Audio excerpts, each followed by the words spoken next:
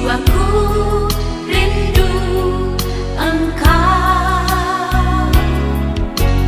Kaulah Tuhan hasrat hatiku, ku rindu menyembahmu. Engkau kekuatan dan perisaiku, kepadamu rohku berserah.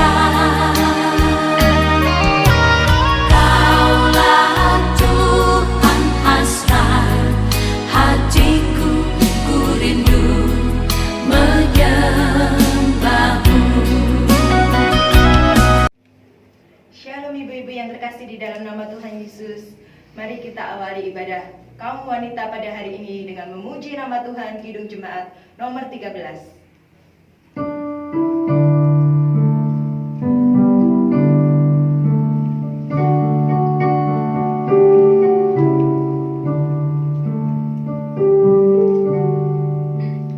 Allah Bapa Tuhan, dimuliakanlah namamu. Allah Bapa Tuhan, dimuliakanlah namamu. Langit bumi ciptaanmu, kami pun anak-anakmu. Datanglah dengan kasih-Mu.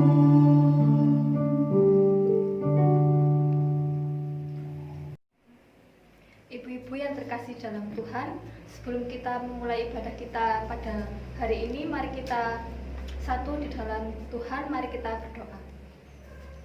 Tuhan, Allah kami yang berada dalam kerajaan surga yang mulia, puji dan syukur kami naikkan kepadamu Tuhan. Terima kasih untuk pimpinan dan penyertaan-Mu Tuhan, sehingga kami dapat berkumpul bersatu hati untuk memuji dan memuliakan nama-Mu Tuhan. Sebelum kami lebih jauh lagi untuk memuji dan memuliakan nama-Mu Tuhan, kiranya Engkau memimpin dan selesai ibadah ini Tuhan, dari awal, pertengahan hingga akhirnya Tuhan. Biarlah Engkau sendiri yang hadir di tengah-tengah kami. Terima kasih Tuhan, doa ucapan syukur kami naikkan dalam satu nama Tuhan kami Yesus Kristus. Haleluya, amin. Ibu-ibu yang terkasih di dalam nama Tuhan, mari kita bersama-sama memuji Mars Wanita GKJW.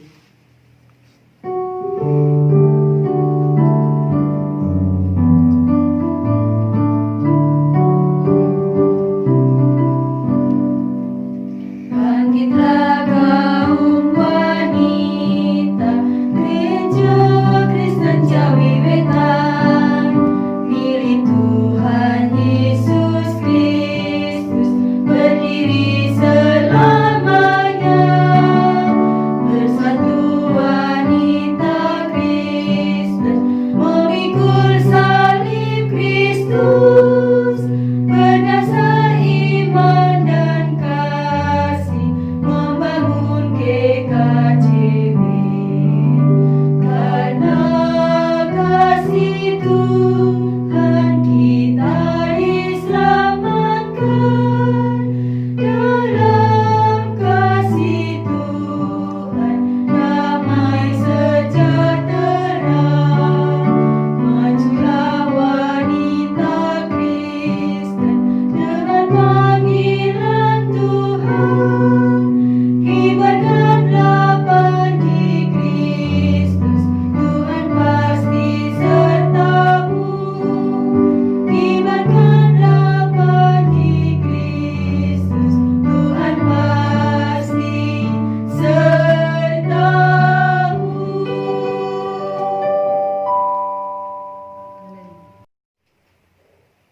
Sebelum mendengarkan firman Tuhan, mari kita pujikan Kidung Jemaat nomor 40.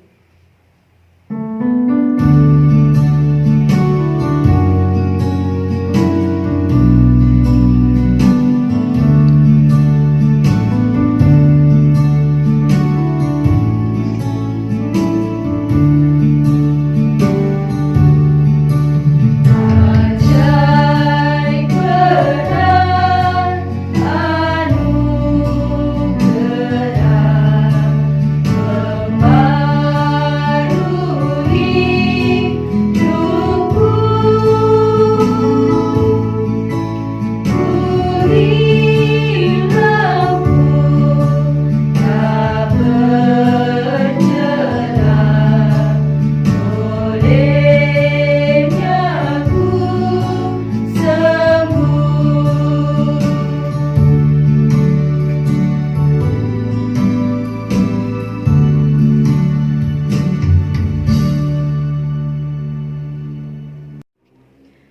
Ibu-ibu yang terkasih di dalam Tuhan, sebelum kita membaca dan merenungkan firman Tuhan, mari kita satu di dalam doa.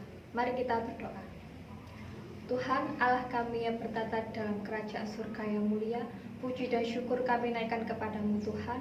Terima kasih Tuhan atas pimpinan dan penyertaan-Mu di saat kami membangun ibadah ini Tuhan. Tuhan, sebentar kami akan membaca dan merenungkan firman-Mu Tuhan.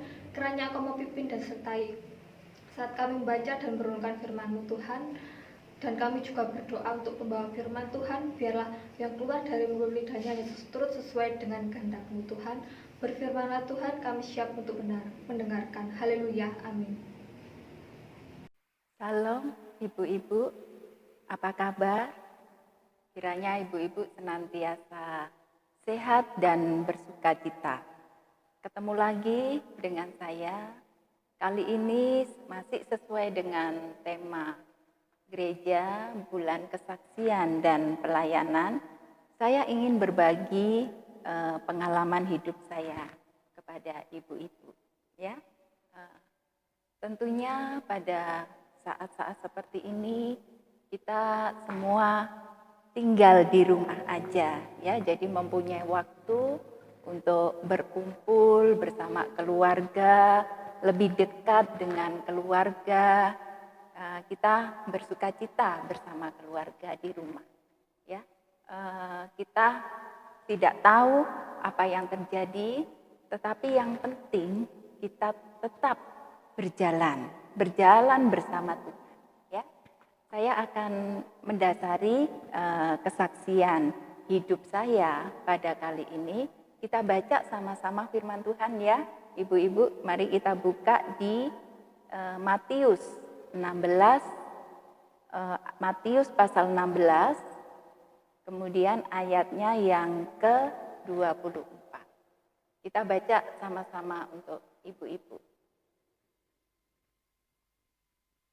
Lalu Yesus berkata kepada murid-muridnya, "Setiap orang yang mau mengikut aku, ia harus menyangkal dirinya, memikul salibnya, dan mengikut aku."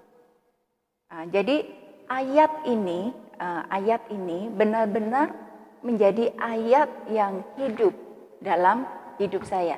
Jadi saya juga banyak ayat-ayat firman Tuhan yang bisa kita pakai untuk pedoman dalam hidup kita. Nah, salah satunya ayat emas, ya, dibilang ayat emas, ayat favorit, ayat yang menguatkan kita. Saya mau bersaksi tentang ayat ini. Nah, setiap orang pasti ingin mempunyai guru, ya, seperti anak sekolah, dia mempunyai guru, ya, dia mempunyai dia mempunyai kalau kuliah dosen. Ya, biasanya ada guru yang favorit, ada yang dosen favorit. Nah, saya juga. Nah, saya dalam hidup saya mempunyai beberapa mentor rohani, ya, dalam hidup saya. Tetapi saya mempunyai satu mentor, saya mempunyai satu guru, ya, satu guru yang sangat spesial dalam hidup saya. Nah, siapa itu? Guru saya itu adalah Tuhan sendiri, Tuhan Yesus sendiri. Nah, di sini Tuhan Yesus memberikan undangan kepada semua orang. Kita baca, ya, kita baca. Saya ingin benar-benar mengupas atau mencermati, kita sama-sama ibu-ibu mencermati ayat ini, ya. Coba kita baca baik-baik. Tuhan berkata kepada murid-muridnya, setiap orang. Jadi di situ dikatakan setiap orang. Nah, siapa setiap orang ini? Setiap orang ini berarti semua orang. Nah, kalau kita baca, ya, di kamus, ya, bahasa Indonesia, arti kata setiap itu bisa semua. Artinya apa? Siapa saja. Jadi siapa saja. Siapa saja artinya lagi tidak pandang bulu. Jadi semua orang, mau pria, wanita, mau dengan latar belakang apapun, suku apapun ya, kemudian berasal dari manapun, ini berlaku. Jadi semua orang. Tuhan Yesus bilang setiap orang. Tetapi dikatakan setiap orang. Artinya apa?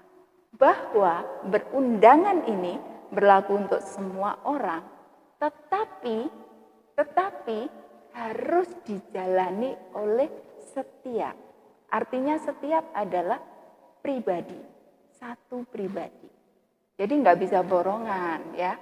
Kita mengalami Tuhan, kita berjalan bersama Tuhan, kita misalkan menderita, kita nggak bisa rombongan satu kampung, ayo menderita sama-sama, nggak bisa ya. Itu pengalaman pribadi. Jadi itu pribadi sendiri, diri kita sendiri. Jadi setiap orang. Nah, setiap orang ya. Setiap orang yang mau, dikatakan kata selanjutnya yang mau. Nah, artinya apa yang mau? Yang mau artinya berarti siapa aja yang mau. Jadi Tuhan Yesus tidak pernah memaksa kita untuk mau. Berarti bisa juga sukarela. Jadi ini tergantung dari diri kita. Kita mau atau tidak. Kita bersedia atau tidak. Ya. Jadi mau, jadi tidak tidak dipaksa. Tuhan Yesus tidak memaksa, tetapi kerelaan diri kita. Kata selanjutnya kita lanjutkan. Setiap orang yang mau mengikut aku. Mengikut siapa? Berarti mengikut Tuhan, ya, mengikut Tuhan Yesus. Mengikut aku ada 3 tahap atau ada 3 tingkatan atau ada 3 step yang Tuhan Yesus mau kita lakukan atau sebagai syarat. Jadi kita boleh ikut Tuhan, kita boleh mengikuti jalannya Tuhan, itu Tuhan punya 3 syarat yang harus kita lakukan. Yang pertama, syarat yang pertama adalah kita baca kata selanjutnya. Ia harus. Ya. Sebelumnya saya akan membahas tentang ia harus. Jadi untuk memenuhi 3 syarat yang Tuhan Yesus minta sama kita, itu Tuhan bilang ia harus. Nah, ia ini siapa? Ia ini kita, semua orang yang Tuhan Yesus undang. Ia harus. Nah, Tuhan bilang ia harus. Harus ini kalau kita kita cari di kamus bahasa Indonesia ini artinya wajib. Jadi wajib artinya mau tidak mau. Jadi mau tidak mau jadi harus, jadi wajib.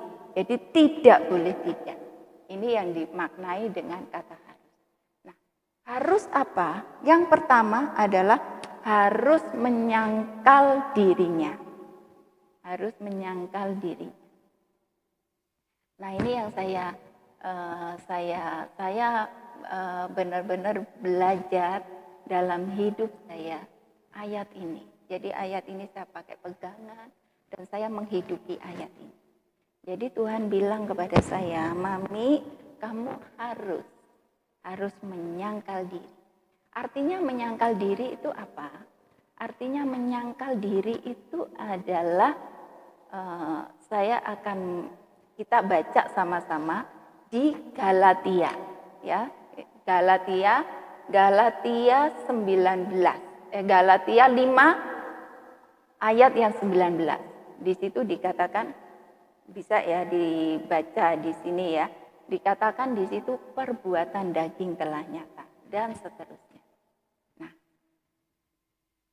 ia harus kembali ke tadi, ia harus menyangkal diri.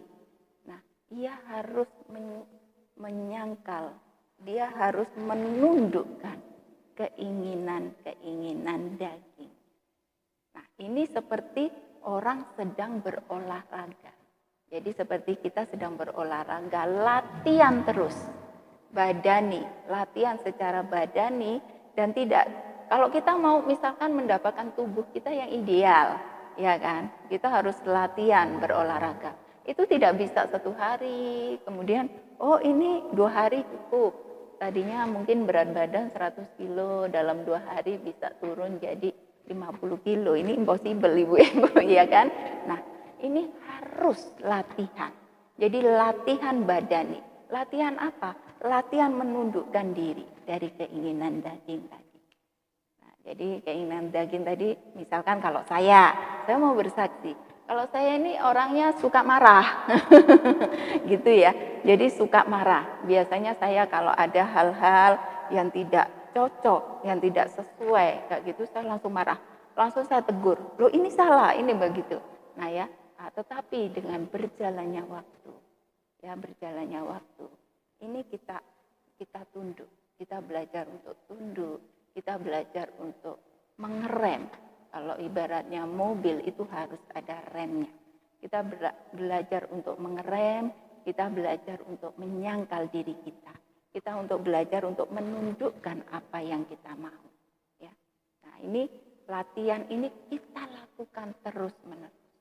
Setiap hari, setiap ada masalah, setiap ada pergumulan hidup, setiap ada persoalan, kita lakukan terus-menerus setiap hari.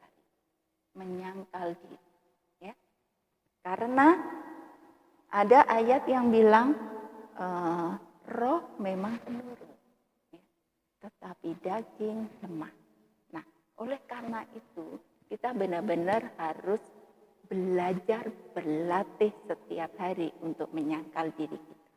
Itu poin yang pertama, syarat mengikut Yesus atau syarat kalau kita mau menjadi muridnya Tuhan Yesus. Kemudian poin yang kedua apa? Poin yang kedua adalah memikul salibnya. Di situ dikatakan memikul salibnya. Artinya apa? Apakah kita harus memikul salib seperti yang Tuhan Yesus lakukan pada waktu di Golgota ya? Tuhan Yesus berjalan ya, diejek, dihina, diludahi dengan memikul salib. Rasanya kita tidak seperti itu. Tetapi memikul salib di sini diartikan apa? Diartikan bahwa kita harus meneladani, ya. Kita menyiapkan mental kita menyiapkan psikis kita untuk meneladani apa yang Tuhan Yesus lakukan pada waktu itu. Kalau di sini dikatakan memikul salibnya. Nah, salibnya ini nyanya ini huruf kecil, ya. Jadi bukan salibnya Tuhan Yesus, tetapi salibnya kita sendiri. Karena salibnya Tuhan Yesus, kita tidak akan sanggup memikulnya. Nggak ada apa-apanya. Penderitaan ibu-ibu, mungkin yang pada saat ini mengalami pergumulan, ya, mungkin ada masalah, mungkin ada persoalan hidup, mungkin ada beban doa yang belum dijawab sama Tuhan. Semuanya itu tidak ada apa-apanya dibanding dengan penderitaan Tuhan Yesus. Tuhan Yesus menderita, Tuhan Yesus disalib itu untuk menebus segala dosa kita. Tetapi kita tidak sampai seperti itu. Kita hanya merasakan sebagian kecil yang Tuhan rasakan pada waktu itu. Begitu ya. Jadi di sini dikatakan memikul salibnya. Poin yang kedua. Kita harus rela kalau meneladani apa yang Tuhan Yesus lakukan. Contohnya bagaimana? Misalkan ya kalau kita digosipin tetangga, misalnya ibu-ibu suka gosip nggak ya yang di rumah? Saya pasti kalau ibu-ibu di sini nggak ada yang suka gosip. Saya yakin ibu-ibu semuanya suka belajar firman, ya kan? Mudah-mudahan ini betul ya. Oke. Nah, apa namanya? Kita jadi penderitaan ibu-ibu itu tidak seberapa. Ya. Kita harus meneladani dalam arti menyiapkan mental kita. Kalau ada tetangga yang gosip, ya udahlah, kita ampuni aja. Begitu ya. Kalau kita difitnah, ya udah kita maafin aja. Kalau kita misalkan dikatakan yang tidak baik, ya udah kita berterima kasih. Kita ambil positifnya. Nah, ini yang saya praktekkan dalam hidup saya. Nah, kemudian sekarang kita lanjutkan. Jadi 2 poin ini harus berhasil. Ya, saya berharap ibu-ibu bersukacita di dalamnya dalam menghidupi ayat ini. Kemudian poin yang ketiga, yang syarat yang ketiga, yaitu setelah memikul salibnya adalah mengikut aku. Jadi kalau kita tidak melewati 2 tahap tadi, kita tidak akan bisa mengerjakan yang tahap ketiga. Mengikut Tuhan, artinya kalau kita buka ya di bahasa kamus bahasa Indonesia, saya suka sekali dengan kamus bahasa Indonesia. Kalau kita baca mengenai kata dasar ikut, nah di mana posisi kita? Ikut, ada di depan, atau di samping kanan kiri, atau di belakang. Posisi kita pada saat kita mengikut berada di belakang. Nah, yang di depan siapa? Yang di depan adalah Tuhan sendiri. Nah, kerennya, betapa kerennya kalau Tuhan Yesus berjalan di depan kita dan saya tinggal mengikutinya dari belakang. Ya, keren banget, ya enggak? Tuhan Yesus itu siapa? Yang berkuasa atas di bumi dan di surga, ya kan? Raja segala raja berjalan di depan kita, kita di belakangnya, kita hanya mengikuti aja Tuhan Yesus kemana. Keren tidak? Keren sekali. Apapun akan bisa kita kerjakan. Ya. Posisi ini sangat enak, tetapi kita harus melewati 2 tahap tadi, menyangkal diri dan memikul salib. Nah, mengikut Tuhan, apakah berarti kita tidak boleh punya keinginan? Misalkan, oh berarti saya sudah nggak boleh punya kemauan dong? Boleh, sangat boleh. Kita boleh mempunyai cita-cita, ibu-ibu boleh mempunyai keinginan. Oh misalkan pengen anak saya nanti jadi dokter, pengen anak saya nanti jadi orang yang berhasil. Boleh, sangat boleh. Nah, tetapi kalau kita sudah melewati 2 poin tadi, kita sudah bisa menyangkal diri, kita sudah bisa memikul salib, maka apa yang kita inginkan itu diperkenan. Jadi apa yang kita inginkan, apa yang kita rindukan, apa yang kita cita-citakan, itu turut dengan kehendak Tuhan. Jadi ini yang saya alami. Kalau boleh saya ceritakan, saya dulu enggak sih sampai sekarang juga. Saya adalah seorang dokter gigi. Ya. Sebenarnya waktu saya kuliah banyak sekali tantangan yang saya hadapi. Nah, saya juga bukan seorang mahasiswa yang pintar, ya, dalam arti yang berprestasi, mendapatkan nilai yang IP-nya tinggi. Tidak, saya biasa-biasa aja waktu kuliah. Biasa-biasa. Saya benar-benar diproses, digembleng pada waktu di masa kuliah itu, nilai saya pas-pasan. Tetapi pada saat saya praktek, itu benar-benar pada waktu saya praktek, jadi selesai kuliah, kemudian saya terjun ke lapangan. Saya benar-benar belajar. Saya benar-benar belajar sehingga saya bisa mempunyai skill yang bagus justru saya dapatkan pada waktu saya berada di lapangan, di tengah-tengah masyarakat. Nah, untuk saat ini saya sudah meninggalkan profesi saya, dokter gigi ya, karena saya membantu suami saya untuk bergerak di bidang yang lain. Tetapi pada saat saya mensyukuri, pada awalnya tidak mudah untuk meninggalkan profesi yang sudah saya tekunin dan saya sukai ya bertahun-tahun. Tahu-tahu saya disuruh meninggalkan untuk membantu suami saya bergerak di bidang yang lain. Nah, pada waktu itu saya merasa kecewa dan saya bertanya sama Tuhan, apa rencana dalam hidup saya? Pada saat saya bisa menyangkal diri saya, menundukkan kehendak saya, ya, menundukkan di kaki Tuhan.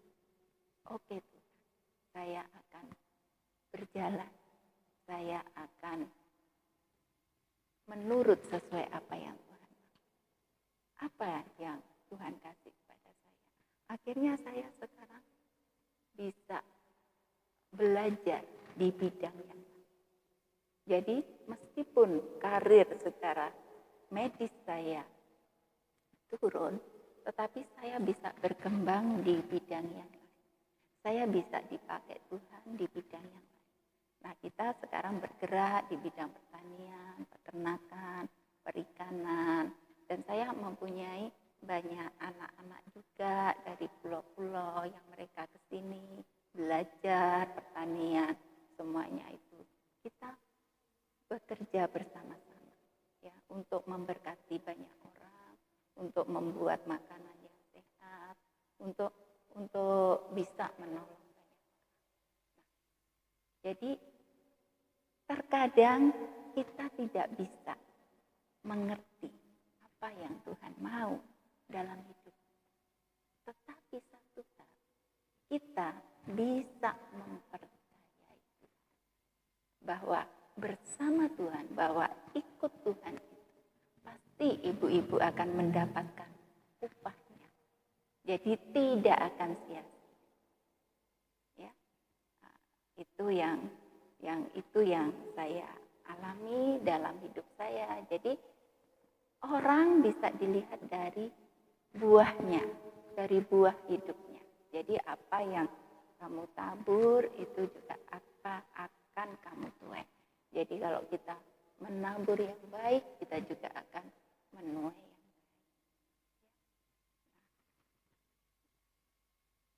Jadi ayat ini sungguh dahsyat. Dan saya bertahun-tahun benar-benar menghidupi ayat ini. Dan ayat ini menjadi pedoman. Jadi firman Tuhan ini seperti pelita, dan seperti terang buat jalan. Demikian ibu-ibu sharing yang saya pada hari ini. Saya berharap semua ibu-ibu di rumah dengan kondisi situasi keadaan dunia yang seperti ini, tetapi kita bisa terus bertekun, kita bisa terus setia berjalan bersama, maka kita akan mendapatkan apa yang Tuhan janjikan dalam hidup kita. Terima kasih, Tuhan Yesus memberkati. Ibu-ibu yang terkasih di dalam nama Tuhan Yesus, tiba saatnya kita akan mengumpulkan persembahan dengan kita pujikan dari Kidung Jemaat nomor 291.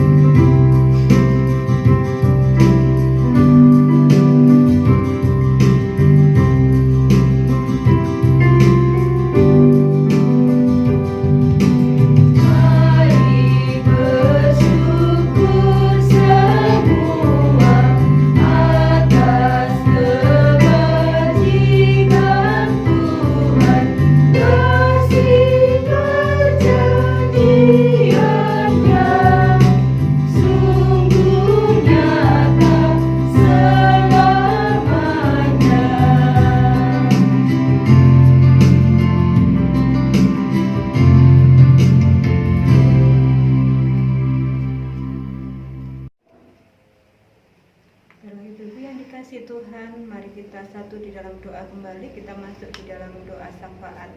Mari kita berdoa. Kembali lagi Tuhan, kami datang di hadapan-Mu. Kami ucap syukur atas penyertaan Tuhan di dalam kami beribadah pada saat ini Tuhan. Tuhan, kami juga mengucap syukur atas persembahan yang sudah kami kumpulkan bersama-sama. Biarlah Tuhan memberkati, Tuhan menyucikan, terlebih Tuhan melalui persembahan ini boleh menjadikan nama Tuhan semakin lebar di dunia ini. Ya Tuhan, kami juga teringat akan keadaan bangsa dan negara kami saat ini Tuhan, di mana masih terdampak dengan COVID-19 Tuhan, yang masih ada Tuhan. Biarlah tangan-Mu yang penuh kuasa boleh tolong kami Tuhan, sehingga kami percaya bahwa virus ini boleh hilang Tuhan dengan kuasa-Mu saja. Terima kasih Tuhan, terima kasih. Kami juga berdoa buat ibu-ibu yang saat ini bersama-sama dengan kami bersatu hati untuk membangun ibadah KPPW Tuhan. Tuhan beri kekuatan, beri kesabaran di dalam merawat, menjaga keluarga masing-masing Tuhan. Di tengah-tengah keadaan seperti ini, Tuhan, kami percaya bahwa kuasa-Mu boleh Engkau nyatakan Tuhan, bahwa kami akan mendapatkan pertolongan dari Tuhan saja. Terima kasih Tuhan Yesus. Kami juga menyerahkan semua ibu-ibu yang berada di KJW Jemaat Nawar Belandong ini Tuhan, dari Pepandan Randegan, Pepandan Banyulegi, Pepandan Menyersari. Tuhan, biarlah Engkau juga menyertai mereka semua, apapun keadaan mereka Tuhan. Terlebih beri kekuatan, kesehatan Tuhan. Terima kasih Tuhan, terima kasih.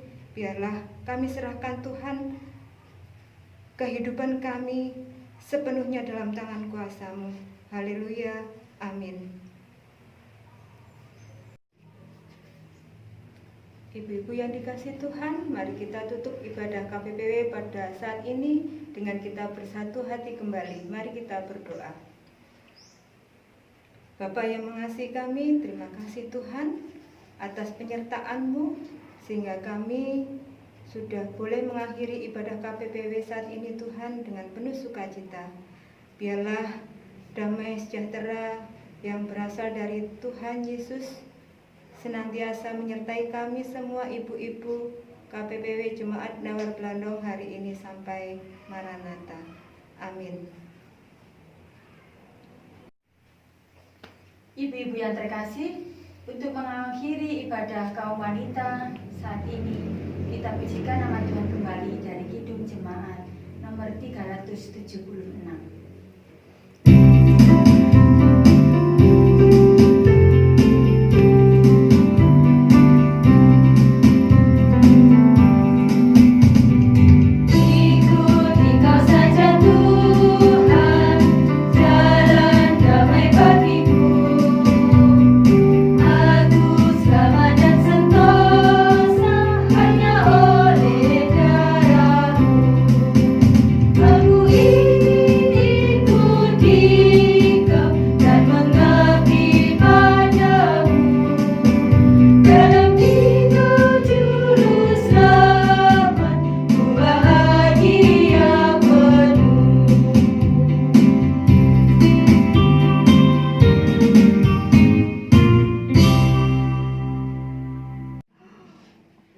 Shalom, ibu-ibu yang terkasih di dalam nama Tuhan Yesus.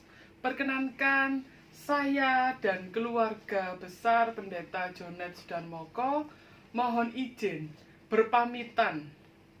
Terima kasih atas kesetiaan dan perhatian semuanya, khususnya ibu-ibu KPPW. Selama 6 tahun saya berada di tempat ini, boleh bersama-sama melakukan pekerjaan Tuhan dengan hati yang tulus dan juga untuk KPPW. Terima kasih untuk semua pengurus KPPW, khususnya Bu Murni sebagai Ketua KPPW, dan juga pengurus-pengurus yang lain baik di Induk maupun di Pepantan, yang setia bersama saya, dan juga semua kegiatan KPPW boleh dilakukan dengan sukacita dan semangat. Terima kasih. Selamat melayani di GKJ Wendawar. Semoga nanti kita bisa bertemu kembali di waktu yang diperkenankan. Terima kasih dan mohon maaf.